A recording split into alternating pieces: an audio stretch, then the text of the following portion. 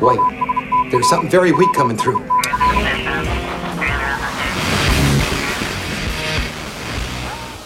Size matters not. Look at me. Judge me by my size, do you? And where you should not. For my ally is the Force. And a powerful ally it is. Life creates it. Makes it grow. Its energy surrounds us and binds us. Luminous beings are we, not this crude matter. You must feel the Force around you. Here, between you, me, the tree, the rock, everywhere. Yes, even between the land and the ship. A long time ago, in a galaxy far, far away.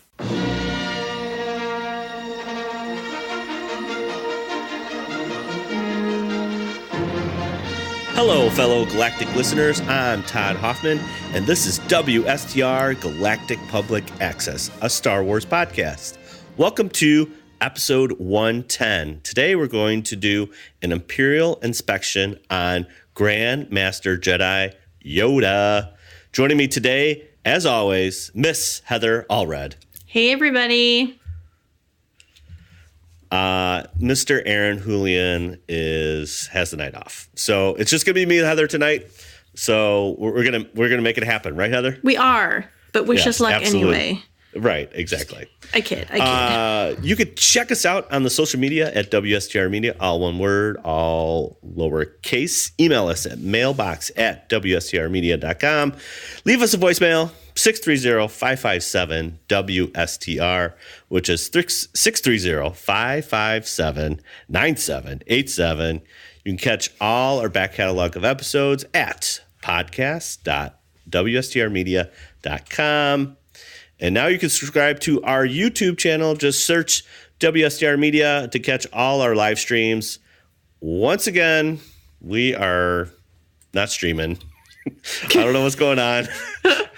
We'll get it straight one of these days. This one we can blame on Aaron, I guess, but that's okay. It's all good. We don't want to blame him. Well, okay, I'm not going to blame him. He is our master. He's our Jedi Master on basically, he things. needs an apprentice. Right. Right. Because without him, we can't live stream. We just can't. We just don't know how to do it, We barely can know how to podcast, Seriously. So. But really, you can subscribe to YouTube channel and you can catch out all our live streams as well as the episodes. We post the episodes on YouTube as well. Today's podcast is brought to you by Audible. Get a free Audible book download and a 30-day free trial at www.audibletrial.com/WSTR. That's www.audibletrial.com/WSTR. They have like 425,000 titles, like it's a lot, a bazillion, basically. You can choose from your iPhone, Android, Kindle, MP3 player, whatever device you have to get your Audible content. And yes, you can have a free 30-day trial. Check it out. If you like it, get to subscribe to it later. But for 30 days, it's free. And if you don't like it, you get to keep the book. How cool is that? So no questions asked, Todd? No questions asked. It's like you're signing a contract, but not really. They're like, oh, you want to leave? Okay. But you get to keep all the books too. So, check it out. It's a very, very fun Audible podcast. You could it's all kinds of books, every kind of book you get right there. And you don't have to even read. It's more listening, but it's true. You're busy. You be driving or walking the dog or walking the cat or whatever you're doing, and you'd be listening to your free trial. So once again, you could try at www.audibletrial.com/WSTR. You win, we win, we all win. So there you go. We also got merch. We got a ton of merch. You can check that out at store.wstrmedia.com. We have all kinds of stuff. We're adding products all the time. As soon as Teespring adds something, we're like, oh, we got to try it. So soon you should be seeing, Aaron mentioned last week, we're going to get some hats. So we're definitely going to have to work on that. So we'll make it happen. There we go. There we go. Heather. Yes, Todd. What's coming up in the news? So our news of the week teaser, which is sometimes my favorite part of the podcast, is Triple Threat Match. Tell me. Yes. I can't tell you, Todd. You'll have to Right. wait till later in the episode. That's right. I forgot. Okay. Retro. That's so retro. It is so retro. That's all I got. That's all you got? Well, Okay. no, I've got two more. Okay. Fuzzball and Hugs. Ugh. Maybe those last two to go together. I don't know. You have to wait. I don't know, man. Find out later. Part of me also wants to add tier to this, but I'm not going to. Well, It's too much. we'll save that. Save it for the news. I'll save it for the later. news. That's right. That's right. All right. Moving swiftly on. Twitter trash compactor. Get in there, you big polio! I don't care what you smell! Get in there and don't worry about it! All right, so every week we talk about what's going on the old Twitter, and we usually put a poll up about the week of what we're talking about. So last week we had our very special guest, JD, on the old podcast, and we were talking about some Legends canon stuff related to Revan and Malak. So the question was, would you like to see Revan and Malak be in the new Disney Star Wars canon? As JD explained, there's some stuff that's in canon with the Mandalorian Wars. They are referenced in, I think, Star Wars Rebels and and they have a video game, but Revan and Malak are technically not canon. So it's this is not like a 4-parter. This is simple yes or no. So Heather, would you, Yes. based on your little synopsis that JD gave last week, would you want Revan and Malak in Disney canon now? Yeah, so as a reminder from last week, I didn't really know anything about the Mandalorian Wars Right. other than Wikipedia and JD. You know, that's basically the knowledge I had. Right. But with JD's explanation and excitement behind it, I'm like, these sound like some really cool people that need to be a part of it. So I voted yes. Very good. That's fantastic. Yeah, I think they definitely need to have them in Star Wars canon, and it would be a disservice if they're not. They have made action figures, so they're kind of there, but they just still haven't. It's not officially. It's not officially in. So they're not in the comics. They're not in any cartoon. Like they did mention in Rebels, basically what the after effects of the Mandalorian were, but they don't mention Revan or Malak. So it's they're like kind of using it, but not totally. So it'd be interesting to see if they fully, get in there somehow. So It's like they've got a green card to be in the country, but they don't have their citizenship. Right. It's, Right.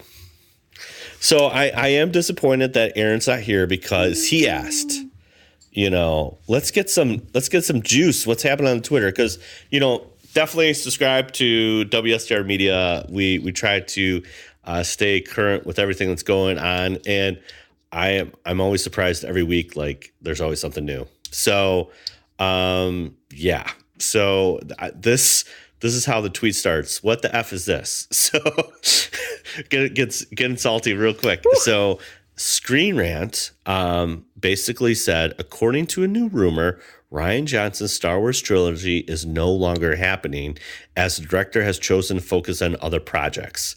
And it's got basically a picture of Rey and then Rian Johnson. Okay. So we talked about this last week where we had all these rumors about that Disney board meeting, the update, and the title's going to be revealed. I mean, Twitter was abuzz. So this week, this just started blowing up. Like Rian Johnson's out, blah, blah, blah. So, bless his heart, Mr. Rian Johnson. responds to this tweet. It's crazy. Basically this one guy goes, Screen Rant doesn't like Ryan, and the rumor comes from Super Bro Movies. Until Ryan says it, I won't believe it. And Ryan Johnson responds, I refuse to believe you didn't just make up Super Bro Movies. And so he goes later on and says, no, it isn't true. I'm still working on the trilogy, with all due respect to the movie bros, who I'm sure are lovely kind of bros with good fraternal intentions. So, bless his heart, Ryan Johnson gets on the horn after, Twitter was abuzz for a couple hours and saying, this is true, this is coming from a very highly source, and we know all rumors are true on the internet, right, Heather? Oh, everything you read on the internet is true. Mm-hmm. That's just like a golden rule. So be kind to people, and everything is true. right, exactly. I mean, and that's kind of how Twitter really works as far as like what's trending, what's not trending. The snooze cycle gets out there, and then people just keep on picking it up, and all of a sudden you see Brian Johnson trending on Twitter. You're like, okay, what's going on? But this dude responds. I mean, like, what are you doing on Twitter, man? You should be writing those movies. Oh, man. It's hard. He's been through a lot since The Last Jedi. Yeah. I'm sure it's hard to not step in and quote unquote defend yourself a little bit. But I guess if I'm at that high of echelon, and they see like all these rumors, it's so easy. I mean, the truth sets everything free, and he just goes in there and is like, no, it's not true. I'm still working on this. Right. And then that's it. And then it's done, Or you could have like a week-long thing, like the whole, like with the Star Wars title, is coming, and nothing happens, So there you go. Some hot, juicy stuff from Twitter. I thought that was interesting because Ryan can't catch a break, and so, but he puts an end to it. So we'll see. I mean, I really think they will announce something at Celebration about what he's working on, as well as the Game of Thrones guys. I think they're going to announce something as far as like at least some time frame, even if it's not even like a little plot synopsis, at least some kind of time frame. Like, this is where Ryan's trilogy is going to sit, and this is what the Game of Thrones guys is going to sit. Sure. So we'll see. All right, Heather, shall we move on to the main topic? And now for our feature presentation. All right, so we are talking about the little green friend, the green one. We had the red one the other week. R2's the blue one. And Emperor Palpatine says in Revenge of the Sith, like, oh, my little green friend, We're talking about Yoda. Not Kermit. That's the other little green guy. Right. Not that's the other green puppet. This is Yoda. This is Yoda. Yeah, exactly. This is Yoda. So, if you're not familiar with Yoda, he's small. He's small. He's a force-sensitive Todd, male. if you're not familiar with Yoda, where have you been? Right. Why are you listening to a Star Wars podcast if you don't know who Yoda is? No, but I can't. Okay. You go. Go, Todd. I want to make sure people are aware of Yoda, So Yoda, here's the thing. As a popular character, we really don't know a lot about Yoda. So he's male, but we don't know what species he is. We don't know. And really he's legendary because he's the Grand Master Jedi of the Jedi. I want to say religion, but it's not really I don't know. Jedi belief? Sect. I don't know. Belief, I guess. I don't know. So he is like 900 years old. He's like 800 and something when we meet him. Like he's right at he's at the end of his life when we meet him in Empire Strikes Back. But before, he belonged to an ancient, mysterious species, as we just covered, and he's pretty attuned to the Force. He once as a youngling, he actually joined the Jedi Order, as most people do when they're Force sensitive. The Jedi just take them. It's just a thing. They take them. Take the little babies, it's no big deal. When the Force Order does it, it's bad. But when Jedi do it, it's okay. So he joined the Jedi Order as a youngling, did a ritual known as the Gathering, where he received his Kyber crystal, and Professor Hugh Hang helped him construct his first lightsaber aboard the Crucible. Yoda then paired with a personal mentor. During their time together, told him about the tale of Kung Fu and Chong. I don't know if this is coming from Wikipedia, so I don't know. Some of this is legends, but they it's about two great Jedi of the past. Around the age of 100, Yoda was ready to pass on what he learned, and he retained or attained the rank of Master. Spent the next, Heather, 8 centuries. It's a lot of training, centuries. Tutoring generations of Jedi. It was estimated that in his lifetime, he trained around 20,000 Jedi. Wow. Wow. There you go. Yeah. So, every Jedi who goes through this training has to have a master. Of course, with the mysterious Yoda, we don't really have his master.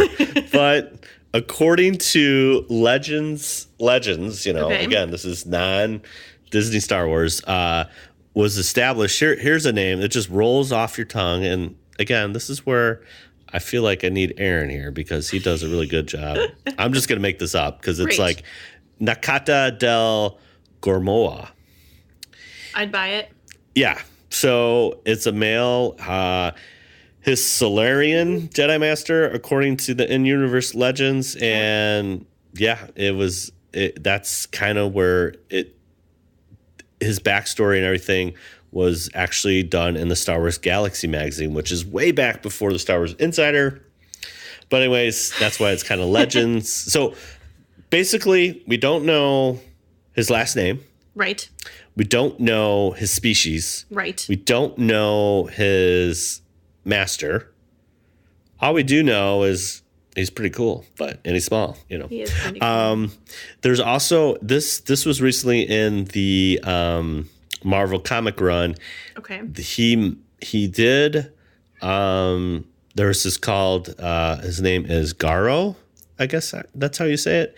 And he taught him the stone power thing, which is a little derivative of the Force, and that's in the Star Wars Marvel comic run. So if you want to check that out, he learns. Yoda does learn some stuff, and then obviously somewhat of his master was Qui-Gon Jinn, kind of teaching him how to basically take his Force in the afterlife, really.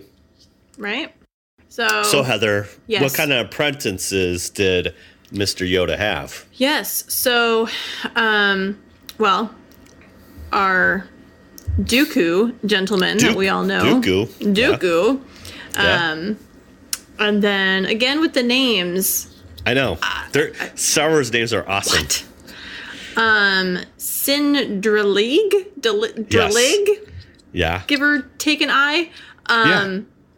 Who eventually became the Jedi Order's finest master swordsman. Absolutely. Absolutely. It's always good to have those skills, I suppose, right? He trained a lot of Jedi on the lightsabers. Yes. So, so it looks like we get a little bit more information on Dralig being portrayed by one of the stunt coordinators in the prequel trilogy, which is really cool. Yes. And that person's name is Nick Gillard. Right. So you see his last name. They just flipped his last name. That's totally what they did. Just gonna go there, Todd. It's like we're in sync.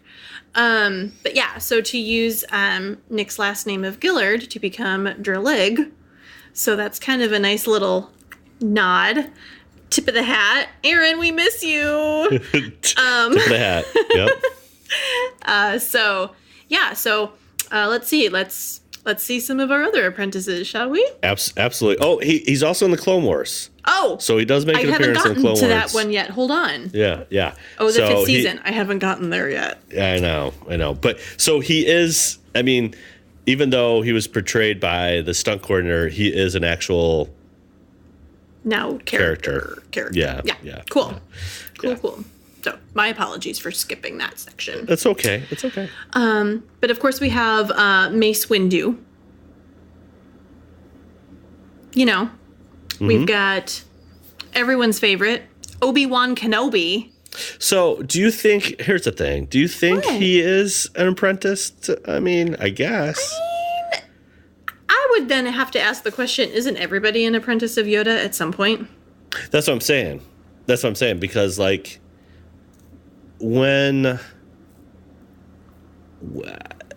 because technically Qui-Gon Jinn is Obi-Wan's master, so Qui-Gon Jinn dies. Right.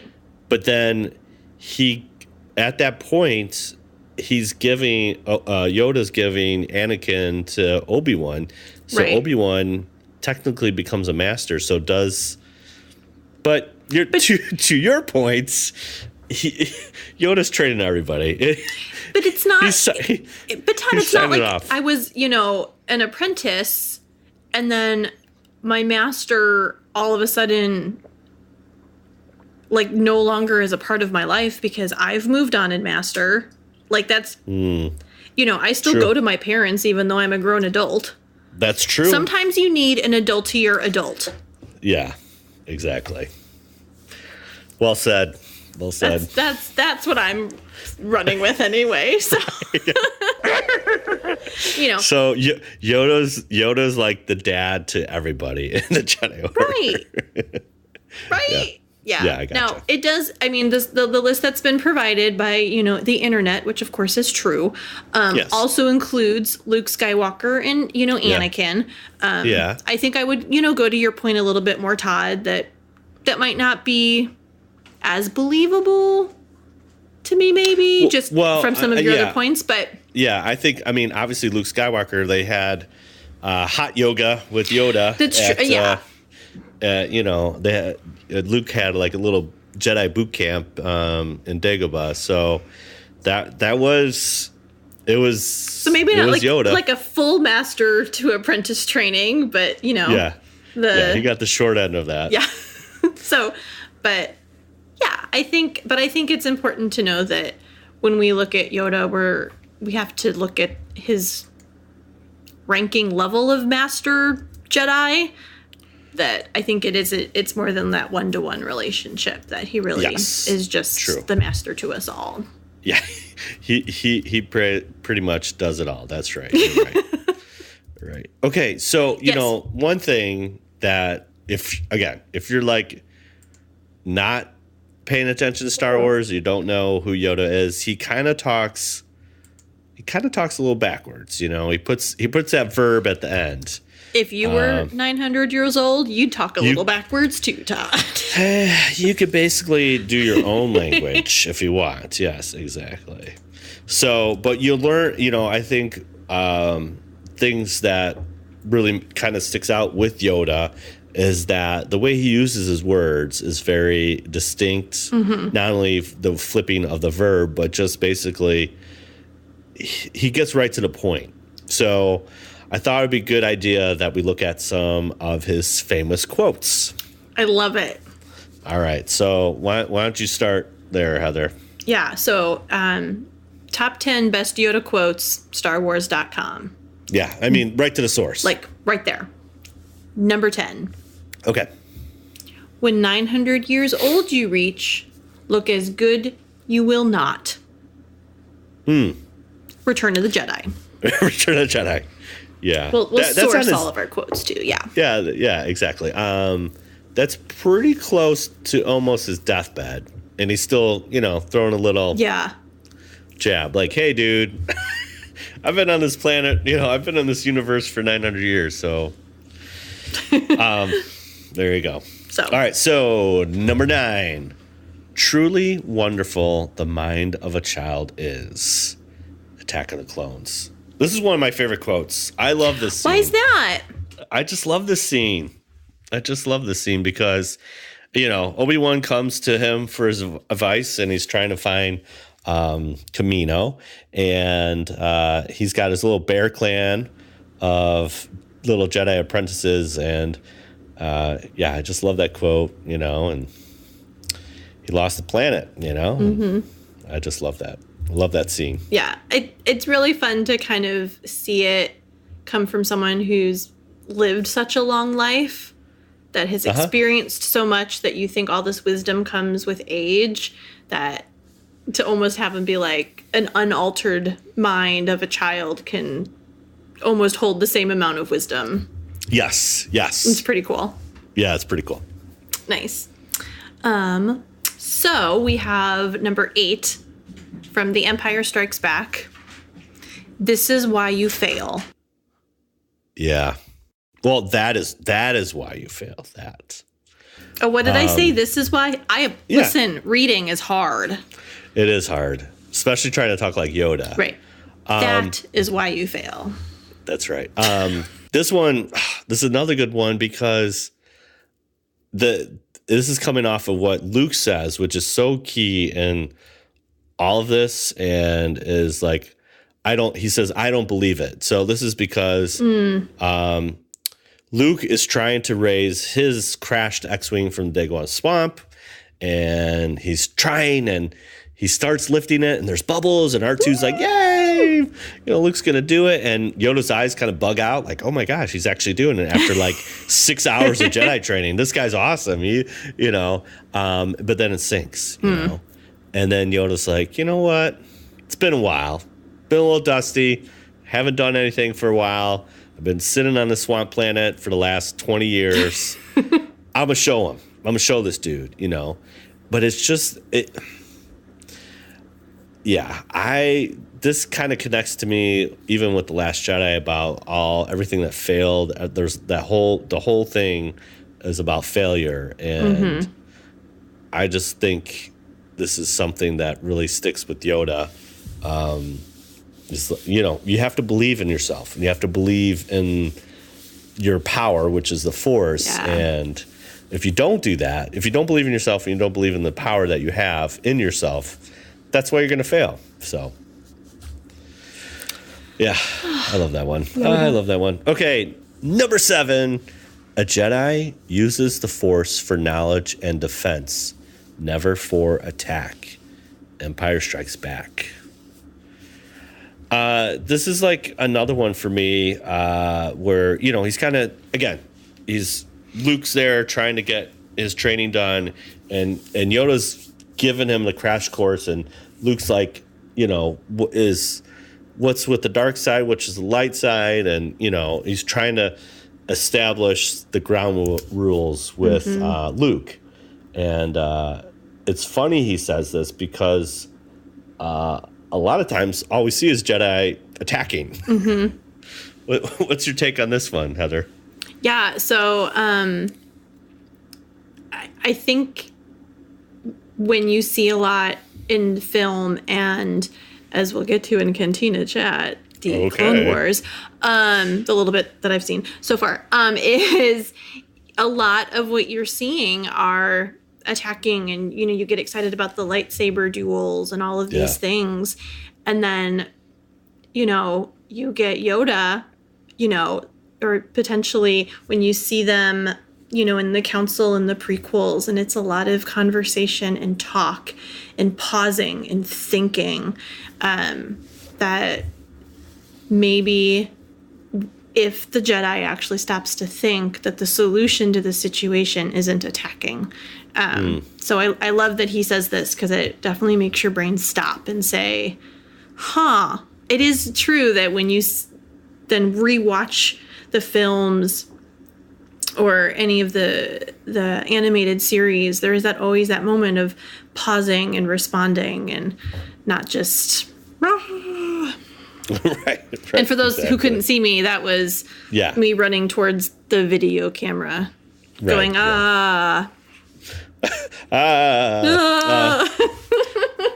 Right, but I think it's also too, like, I think in a weird sense, Yoda's learned from his mistakes at this point, and he's really laying down it thick for Luke. Like, this is how it should be, not how. It's kind of like, don't do as, it's like the typical master thing. Like, I didn't do this, but you should do this, type thing. So, Don't do as I say, or don't do as I do as I say, or whatever yes, that exactly, phrase is. exactly, Yeah. exactly. All right, what's next? Oh, what is next? Another Empire Strikes Back. Yeah, there's a lot there. Adventure, excitement. A Jedi craves not these things. Yes. Seems like a pity party right there. I don't know if I really want to sign up for this Jedi thing. It I know, sounds right? boring. Yeah. Well, it's one of those things too. This is when they're having little Dagobah stew in Yoda's hut, and he's debating on even training Luke at this point. Because Luke is much older. And obviously it didn't work out very well for them when they trained Anakin. So, and he also knows that Luke is a dreamer. And so he's been dreaming about getting off this stinking dusty planet, and he wants that. He wants those exact things, adventure, excitement. Yeah. And Yoda's like, this isn't the gig for you, man. It's not going to work, man. Yeah. Yeah, for sure. No, this line definitely, when you think of it in the original trilogy and then immediately flash in your head, like, well, yeah, no wonder Anakin didn't make it as a good Jedi. Like, he was all about being out in the world and winning and proving Obi-Wan wrong, and that punk 16-year-old kid that you just sort of wanted to smack around a little bit. With immense talent. Yeah, With exactly. immense talent, yeah. So it was interesting reading that quote, even just now, to be like, oh, man, it's all Star Wars, once again, is all very interconnected. And It is. Conspiracy theories everywhere, yeah. Right.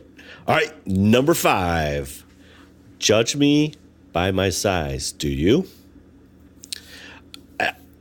This is a classic thing of human nature. And of just another great thing in the Star Wars universe is that you don't know what you're dealing with until you have some kind of interaction. And so, Yoda kind of says, hey, come with me. When they first meet, he's looking for Yoda, but he doesn't see Yoda.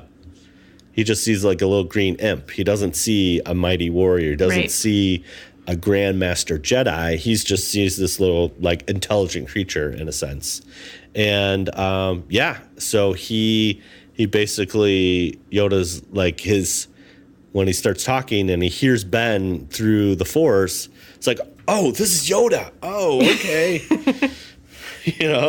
And this also goes to, I think he's talking about when this is also when he lifts the X-Wing, he kind of says, judge me by my side. Like, I could do things through the Force that it doesn't matter what size I am, So I think but it's also a human thing where we look at somebody that is small or insignificant and don't realize could be great potential, great talent there, Absolutely. And that's true for everything. You don't, whatever size you are, or you don't know that person's story, so. Never judge a book by its cover. That is correct. So much to learn. Thanks, Yoda. All right, should we do number 4? Yes. So this is probably my second favorite Yoda quote. So here we go. Okay. Fear is the path to the dark side. Fear leads to anger. Anger leads to hate. Hate leads to suffering. The Phantom Menace. Phantom Menace. Yeah. This is literally Anakin. This is Anakin. This is Anakin to the T, to the A. I don't know what you want to say, but basically, because it's that the anger leads to hate and the hate leads to suffering. And that literally is who Anakin becomes in Darth Vader. He's just suffering the rest of his life. Yeah. Yeah. And I think that's true because I think it speaks even outside of the Star Wars universe when you look at your classic villain.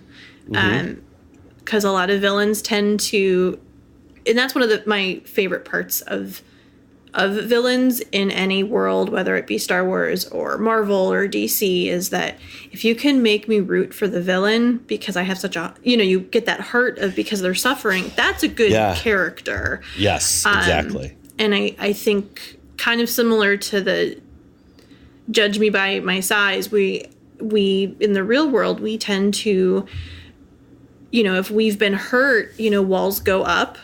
And I think as someone personally who naturally kind of deals with anxiety and some things, it's easier for us to put up a boundary, that would lead to maybe not straight anger, but like no. But right. Lead to a tension building thing to be like, I don't want to hang out with you. But it's my own issue and like the thing, and so like it's all just the things that step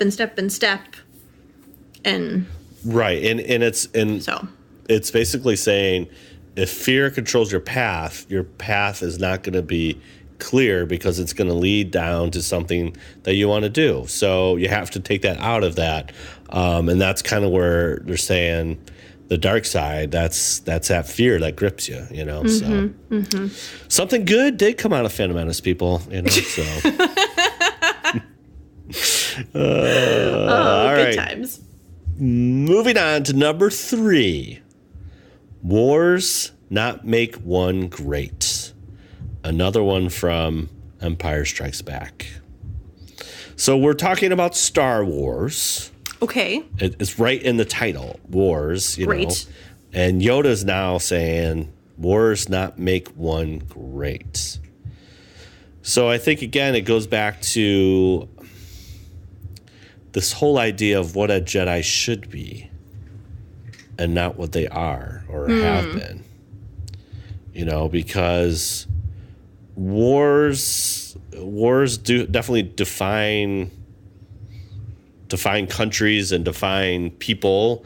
And if you want to be a good warrior, does that mean you always have to be at war? And I think this kind of goes back to like Jedi and like if you look at like samurai, like you train all this time for combat and stuff like that, but you never want to do it.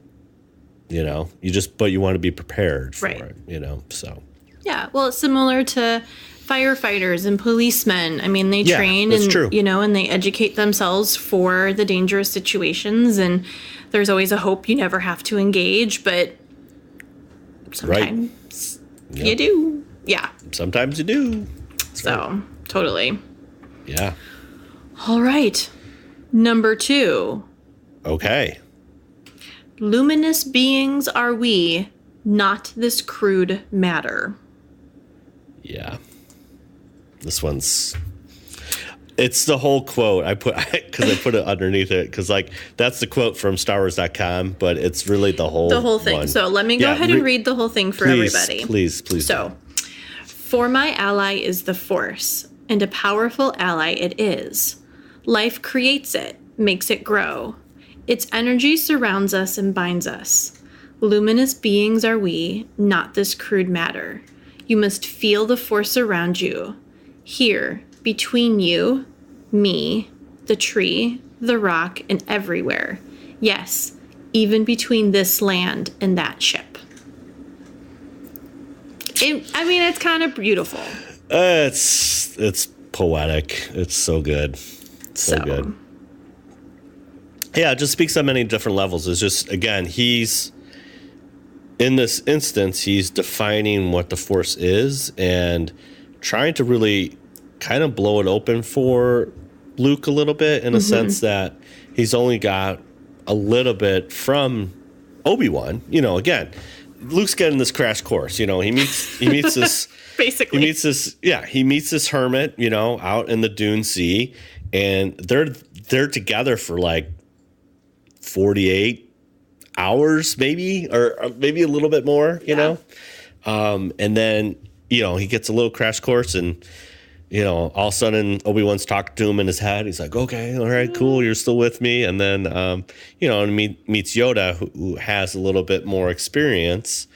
But yeah, this is just poetic as far as just really defining everything about the Force and who we are, who he is in the Force, and really kind of explains it to the audience. Like, it's more than just this kind of stuff. So, yeah, absolutely. Absolutely.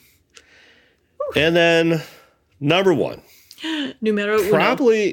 Probably this one is in pulp culture pretty well as well.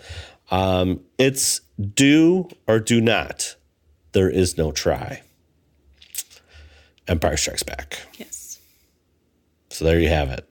This one is pretty much it. It's like either you're gonna do it or you're not gonna do it. Yeah.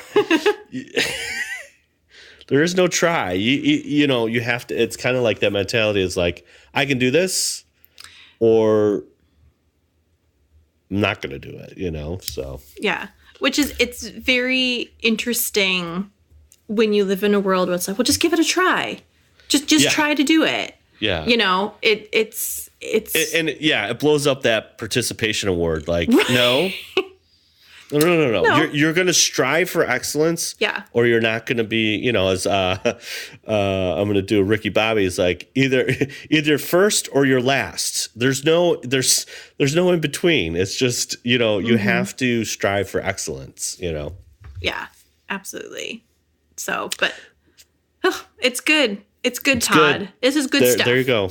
Yeah, there you go. So that's the top 10 quotes for a good friend, Master Yoda. Yes. All right, so Heather, sir. Let's kind of we've gone through Yoda's history, even though very mysterious. We know a little bit about Yoda, yes, and we can find out a lot about what he said, which is great about his character and everything.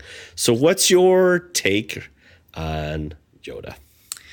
Well, no surprise. I think he's pretty fantastic. I have been a Yoda fan kind of from the beginning. I think part of it is when I was first introduced to him at, a younger age, just visually, he was just cute and fun and crotchety, and I liked it. To then find out as a fan, to be puppeted by Frank Oz, although not at all character driven, still gave him lots of really cool points in my book.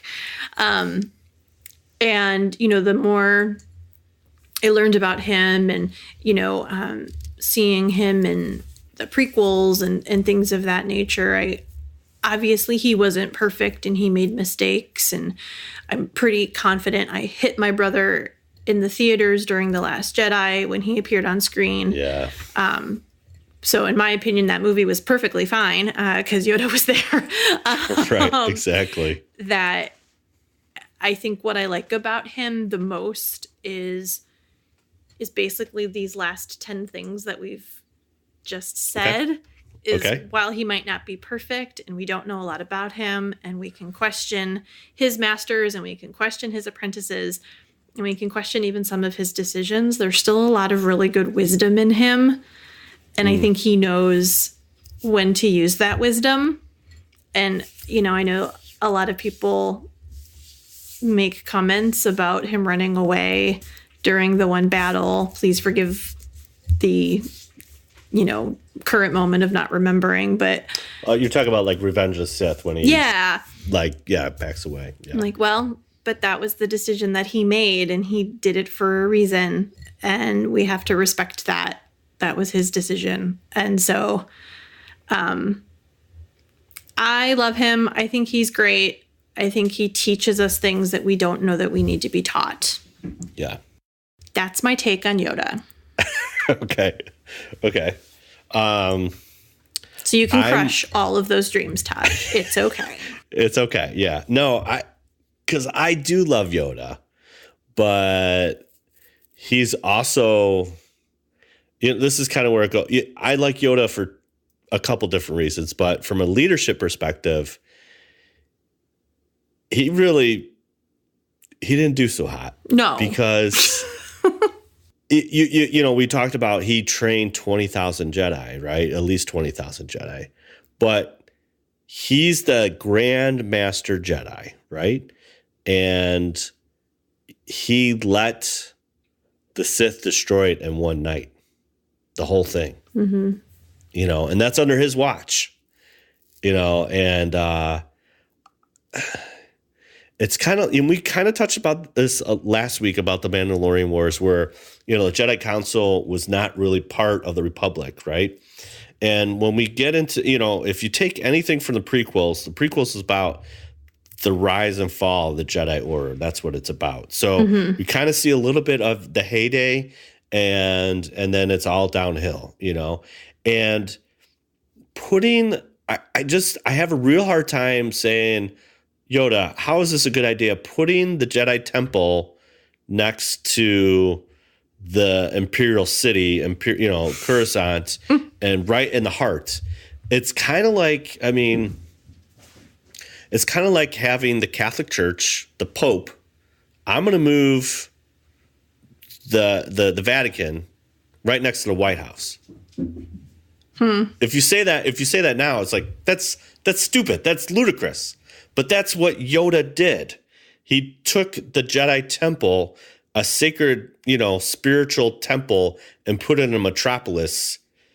And then they become this kind of weird group as far as like, I don't know what goes on there. There's a bunch of brown robe dudes and girls and other things going on.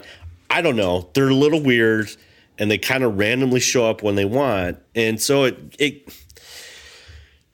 it doesn't really present themselves as like a Guardians of the Peace or Guardians of the Galaxy. It's like you're sleeping with the enemy in a sense when you put your temple, a sacred temple, in the heart of, another equivalent would be like, I'm going to move the Jedi Temple to like Las Vegas and put it right on the strip. It's like, but you brothers are like, you're trying to be spiritual, and there's all this nasty, other stuff, life stuff going on outside of you. You kind of find out in the prequels, like they're quite removed from other things. And I feel like, Qui-Gon's like, guys, you haven't been outside in like 30 years. Like, come take a walk. You could see the realist in Qui-Gon Jinn more than you could see it in Mace and Yoda and forget his name, Conehead guy. Whatever. Those are the top. Those guys are the top three. Cream of the crop. Yeah. Cream of the crop, and it's kind of bad. And then Yoda, you're having daily conversations with Senator Palpatine, who's the Emperor and has Sith artifacts in his office, and you're like totally blinded by it. It's like, so that's where I have a really hard time with Yoda in that sense. Like, you made some poor decisions and didn't prepare for an enemy. You were fighting an enemy that you knew 700 years ago. You weren't fighting an enemy that in the present. I say all that to say, I say all that negative stuff to say that he did some hard thinking in Dagobah. And to your point where he's like, I got to get out of here, because he knew at that moment, he knew when he's fighting the Emperor, that's an enemy I cannot defeat at this moment. If I want to preserve any of myself and the Jedi Order, I got to split. So he recognized that, but in his failure, he's realizing a lot more.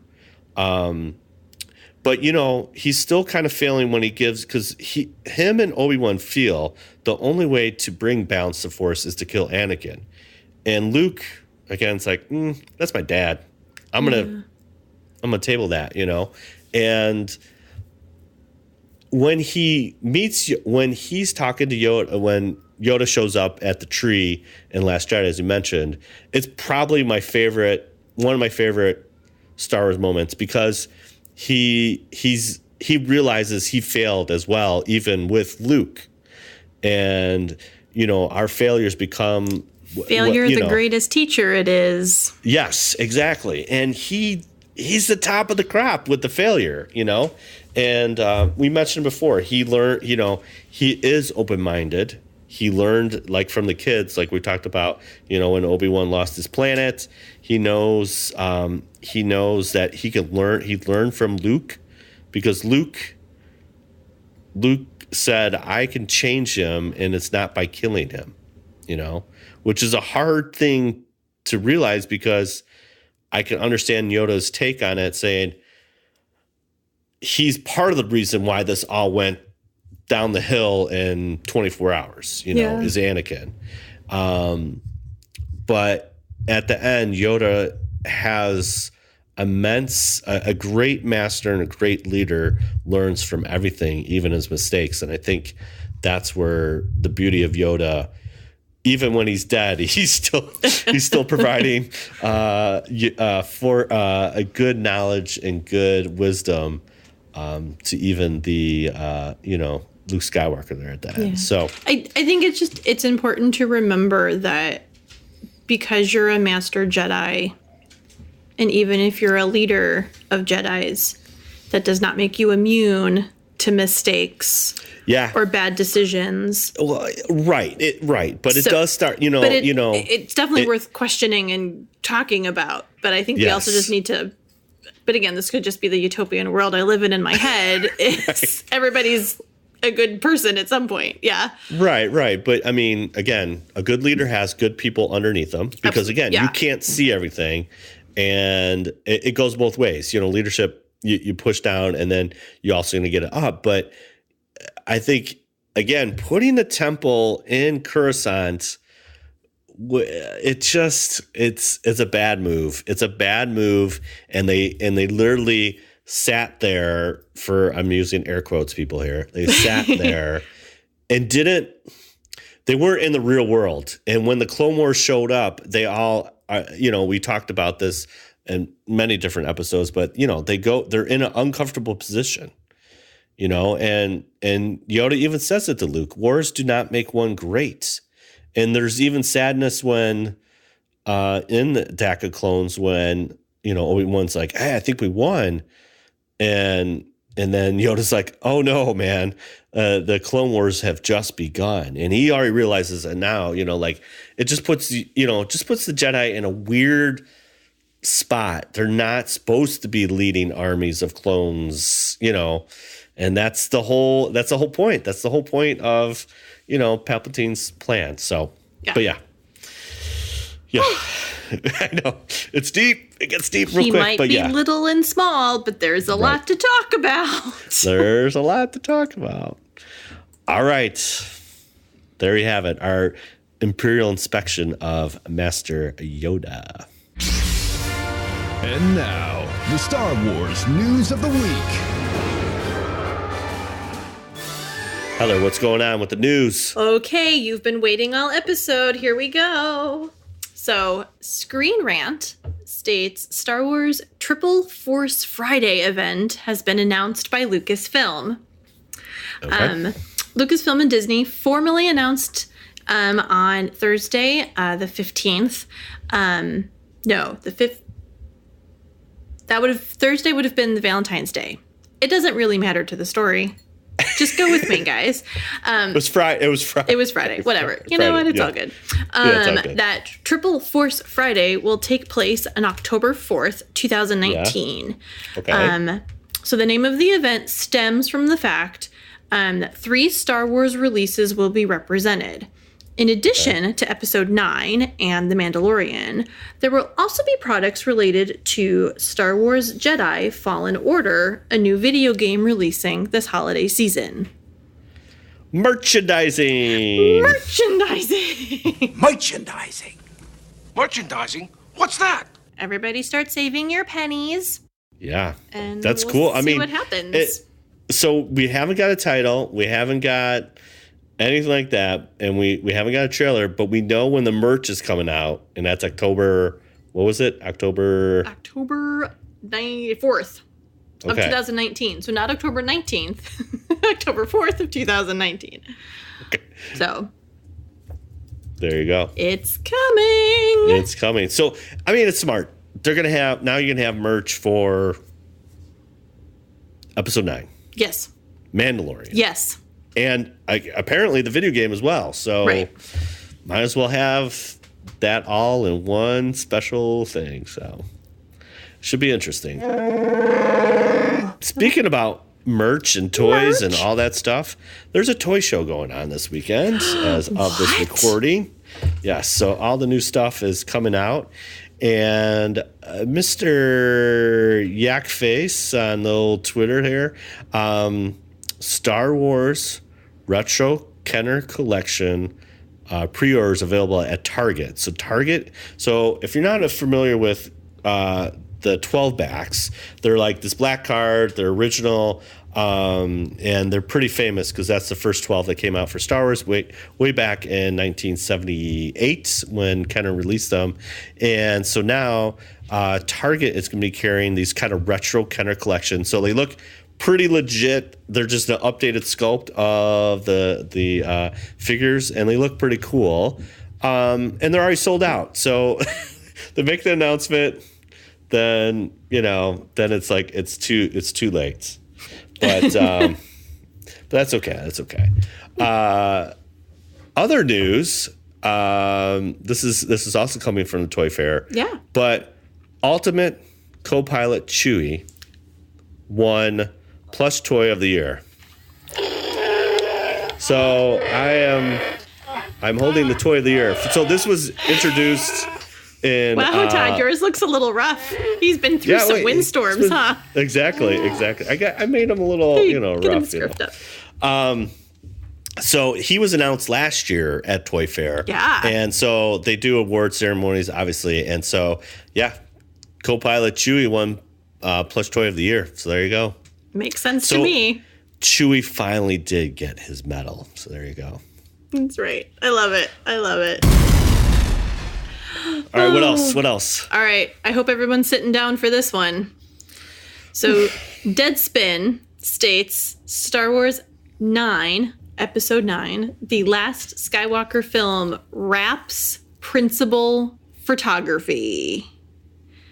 So J.J. Abrams basically attempted to break Twitter. Right. Well, okay. So let me just preface this, because I think even I post something on the message group, and I said I think it's wrapping up, because what was happening is that a lot of people on Instagram or Twitter, whatever, people that are working on finally kind of releasing stuff, like there was cupcakes or donuts with 9 on them, or last day at the studio or whatever. So there was some rumors going on, and so you're like, okay, maybe not. And once again, so you had Ryan putting the kibosh on it, and then now you have JJ just saying, yep. So go ahead. Yeah, no, all good. So the end of an era, potentially, JJ took to Twitter to announce the completion of principal photography on Episode 9, which has been billed by all involved as the final installment of the Skywalker family saga, much to Aaron's thankfulness, which began its historic run in May 1977 with the release of our very first Star Wars movie. This emotional photo on location had cast clinching in the desert. The director announced to his 76,000 followers that while... Pretty good following. It's decent, yeah. It's decent. That while, quote, it feels impossible, the epic shoot is a wrap. It says, I'm forever indebted to you all, the filmmaker said to his cast and crew. The photo that was tweeted shows Daisy Ridley, Oscar Isaac, and John Boyega embracing in a bittersweet bonding moment. So, I mean, obviously anything, like you said, Todd, that gets tweeted, you're like, what? What's going on? Let's get engaged. Yeah. What's happening? And then the Twitterverse starts doing all of its things. Yeah, exactly. So. And this is his 4th tweet. 4th. Yeah. So it's been fairly hush-hush. So to get this is kind of a big deal.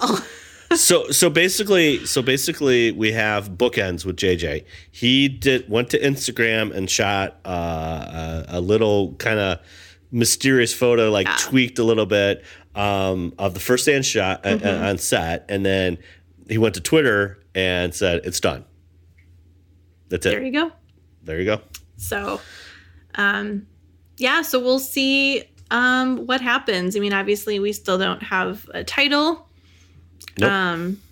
Let's hope that happens at Celebration.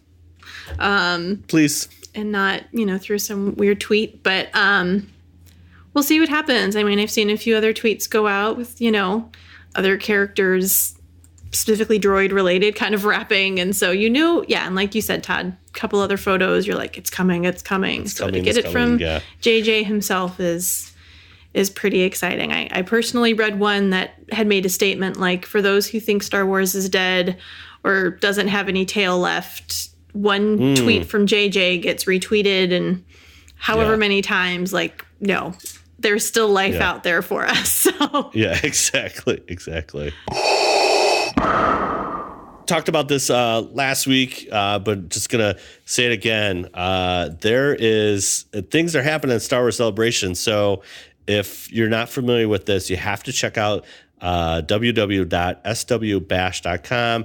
This in the past was just the 501st bash, but now all the major clubs are coming together. There's some synergy here, and it's going to be for a night at Canto Bight at the Museum of Science and Industry. If you go once again to www.swbash.com, you can find out all the info, but basically you get to gamble ish, it's fake money. It's all fun, but you get exclusive poker chips from the different clubs. Yeah. So yeah, it's going to be off the chain. And basically, you also get to experience everything at the Museum of Science and Industry. So this is good for people that are not from Chicago, like us. But you get to basically get in there, check out the Museum of Science and Industry, and also kind of have some Star Wars fun while you're at it. So, right. Not to mention my favorite part, the specially themed drink called the R2-D-Teeny. Yes. Which is a mouthful to say, but totally worth it. That's the blue one that we will be drinking, right? Right, exactly. And then, here we go. Another mysterious tweet. Oh, man. And it got taken down. That's the other thing. What? I didn't hear that part. It comes on, and basically it is like a Boba Fett Mandalorian helmet and all the signatures on it, and it says thank you to all the cast and crew, but the Mandalorian wrapped up shooting for season 1 this week as well, so we've got a lot of wrapping going on here. But then it got taken down. I don't know if there's I don't know it's like official, non-official, but yeah. So right. Again, it goes back to Triple Force Friday. We know it's coming. Now we know that it's coming out in October-ish time frame. So that is so close. Oh, man. It's so crazy. Collective breath, everybody. We got this. So one last quick news bite. As you know, Star Wars Celebration is basically just around the corner. And just this past week, they started pre-selling for guest appearances there. So whether you want to get an autograph or a photo taken with one of your favorite people, it's out there. And we've got quite a few people listed, different price points, different days. So StarWarsCelebration.com is the place to go and check it all out. I think Todd is going to go see somebody. So, but definitely check it out. And anybody brave enough to say hi to Mr. Malfoy, a.k.a. Jason Isaacs, I will tip my hat to you. To attend Star Wars Celebration and talk to him as Mr. Malfoy. That would be fantastic. Yeah, exactly. I just want to talk to you about Harry Potter. Can we just talk about Harry Potter for a second? Yeah. I'd be the worst Star Wars fan ever. Yeah, it's in hindsight, I kicked myself because Carrie Fisher was at like Celebration 2 when I went down there, and I was like, I don't know, it seems like a bit much, and my friend did it. One of my friends did it, and I was like, yeah. And now looking back on it, it's like, I should have done that, but it's one of those things too. It's like, it is a cool experience. The way they set it up is, it's pretty systematic, and you go in little groups and it kind of flows pretty well. It's not like the old days where it's like mass chaos and, so it is somewhat structured, which is great, but it's also, it's expensive too. You're like, I want to meet this person. I want to meet this person. And you're like, wait, I need to also, still eat and buy some other things, but you're really paying for that experience more than you're paying for whatever that photo or, whatever. Yeah, so, but, absolutely. So, yeah. But just know that's out there and available to you. So if you got your bills paid, treat yourself. That's right. And there's still more to come. There's still, they haven't announced any of the major cast yet as far as, like Daisy Ridley or John Boyega. I mean, you never know. They might be able to do that or, who knows? We'll see. But, well, Todd, let's move from public news to personal news with Cantina Chat.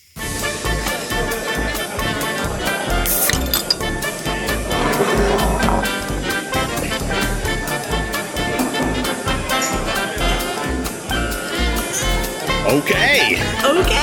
Do you see what I did there? Do you see the transition? I totally do, man. It's like I've that done was this great. before. It was good. All right. So, well, I'll go ahead and start. Okay, because go. I've got some fun things for you. Good. So I have started on season 1 of the Clone Wars. Oh my gosh. I'm on like episode 8. Yeah. I'm going to embarrass myself because I've already done that quite a bit in this podcast, but I think it's important for the fans to know that it's okay to admit your mistakes. That's right. So I was watching one of the episodes. And it's also, I think it's also very important to not take yourself too seriously. Oh, no. Like that. And I think that if you can get to that and laugh at yourself, I think that's like, it's a good thing. It's a healthy thing. It's balance with the Force. That's right. Exactly. I was watching an episode and some of the clone troopers took their helmets off and I said, wow, they all look really similar. And then after I heard myself say that out loud, I started laughing at myself thinking, oh, Heather. It's called the Clone Wars. Yeah. It's okay. It's okay. That's great. That's a great observation, though. Listen, I'm engaged. I'm like, I'm right there. And that's right. And that's part of the Clone Wars too, is like they have to do some individual. So as you see, they have different haircuts.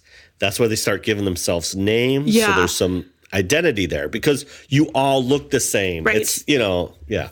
So it's pretty great. Yeah, that's great. I love the battle droids. I think they are hysterical. Yeah, they're great. They just are such a breath of fresh air. It's just really lovely. So we'll see. I hear their season 1 is a rough season, and you kind of got to get past season 2-ish to really delve in. So stay with me, guys. It gets its sea legs like end of season 2. So we'll go there. But my other last bit of excitement is, so this past week was Valentine's Day. So at my company, we had a Decorate Your Heart contest. Okay. And so what we thought it would be best for Valentine's Day, and so several people, put, puppies and kittens, and then other people put like their wife and their little kids, and, a couple people just put, glitter and pink and like chocolate, glued to it and things. One gentleman put the heart of the ocean from Titanic because why not? That's awesome. But did everyone get the same heart? Yeah, so we all got the base heart shape. Okay. And then I just wanted to make sure. you had to go off of that. Right. Okay. So there was only really one thing for me to do. Absolutely. So I created a Death Star heart, complete with 3D laser gun action. It's so nerdy. It's so wonderful. And do you know who won? Who won? This girl. Tell us. That's amazing. So destroying lives one Valentine's Day at a time. Right. So right. No, it's like the Death Star destroys planets, but Heather's Death Star heart destroys heart. I'm just saying. But I got some pics of it, so we'll get those hit up on WSTR Media's social media accounts because that's fantastic. Pretty amazing. So and you won. And I won. Winning. So good. Oh my goodness. That's so good. But I don't even know if I can top. I was going to say, Todd, it's your turn now. I don't know what you got. I should have went first because mine is so lame. Oh, yeah. Yeah, no, like I should have went first because you took the cake. I mean, I didn't win any awards this week. Nothing like that. Yeah, no. I honestly don't have a whole lot. In the news, I'm sure you saw this, was kind of another sad droid moment, but the Opportunity rover that was on Mars for like ever, and they thought it was only going to last for a little bit. It lasted a long time. It was nicknamed Oppie, and the NASA lost communication with it for the last couple months, and so they had to say, it looks lost, but they have one final image, and then, but this is what let's see if I can pull this up real quick. It basically was like, my battery this is the last thing it transmitted to NASA. It said, my battery is low and it's getting dark. It's like tears. So yeah, that's the last thing it transmitted to NASA. I'm just like, oh man. If they don't want us to like inanimate objects, then don't give inanimate objects feelings, people. Right. Yeah. But I mean, it's just, again, they send this thing up there and think, they think it's going to, last a little bit or whatever. And then it's going to but it survived for a long time. And the fact that it said that's the last thing it said to NASA, I mean, it's kind of Star Wars because we love our droids, True. And I saw this, that, this kind of, was floating around, Twitter. I'm just like, oh man, that hurts. That's right in the jugular, So that was going on. I'm playing, I mentioned this last week, but I'm playing Resident Evil 2, which is like a remake of the original Resident Evil. It's like better and stuff like that. And I'm just going to tell you up front. What's up? I don't think I would survive a zombie apocalypse. Oh, okay. Yeah. I just don't think I have it in me, There's a video game. It's like a video game, and, which is kind of realistic, is like you don't have a lot of ammo. You don't have a lot of stuff.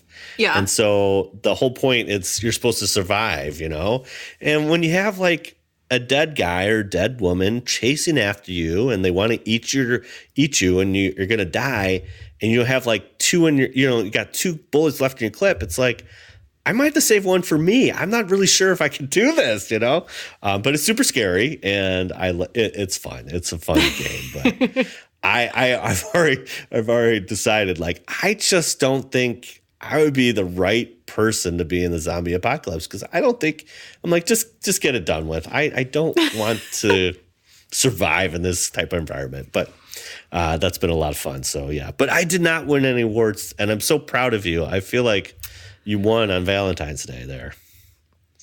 It was pretty exciting, and I wasn't even there to accept my award. I had to wait till the next day because I was at the doctor's office. It was all exactly. Oh, that was the other thing that I did. I went to the cardiologist, so I did the heart doctor thing on Valentine's Day. It's all good. Was that planned, or because that seems pretty cliche, but it sounds awesome at the same time? When I scheduled the appointment, they had said the 14th, and so I said, "Yeah, that works." Not even putting the two things together. Doc, can you also work on my emotional heart? At the same time, Oh man, I won Cantina Chat. That's so exciting. Totally did. Hands down. Although Aaron's not here, so you still won. You have to, you have to be present. Hey, do or do not. There is no try. He wasn't here. You won. Listen, look at you, Todd, putting a bow on everything. I love it. So, well, speaking of putting bows on things, why don't I wrap this bad boy up? Yeah, there's a lot of wrapping. We talked about there's a lot of wrapping. There's a lot of wrapping. So episode 9's done.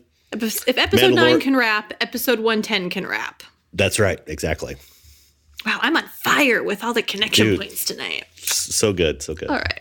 Well, friends, thank you again for listening to another episode of WSTR Galactic Public Access.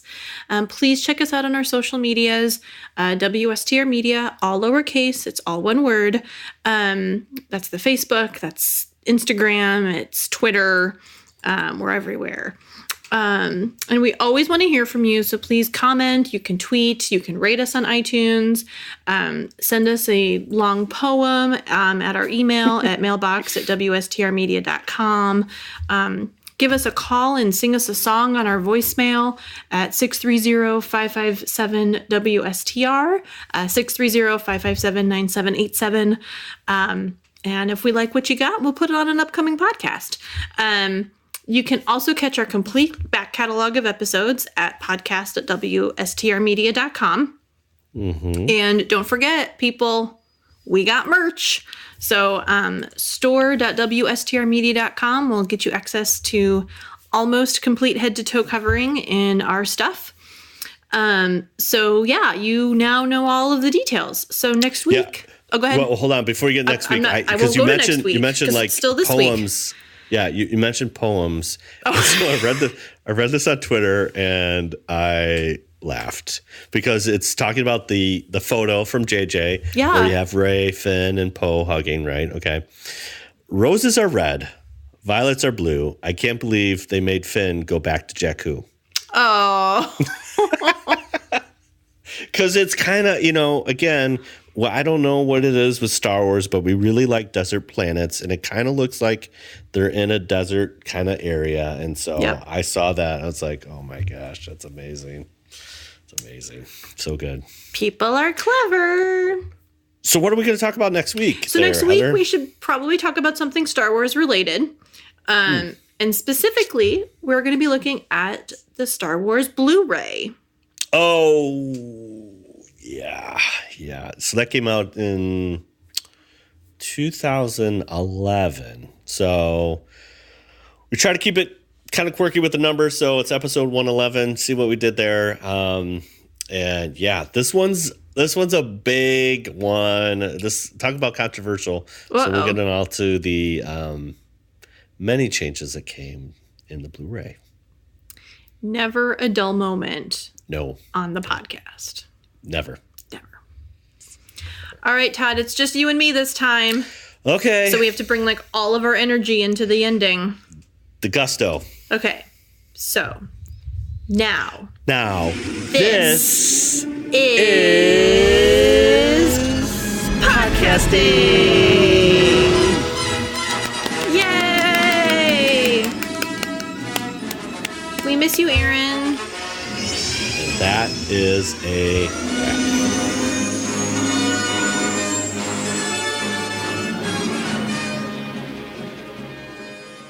No.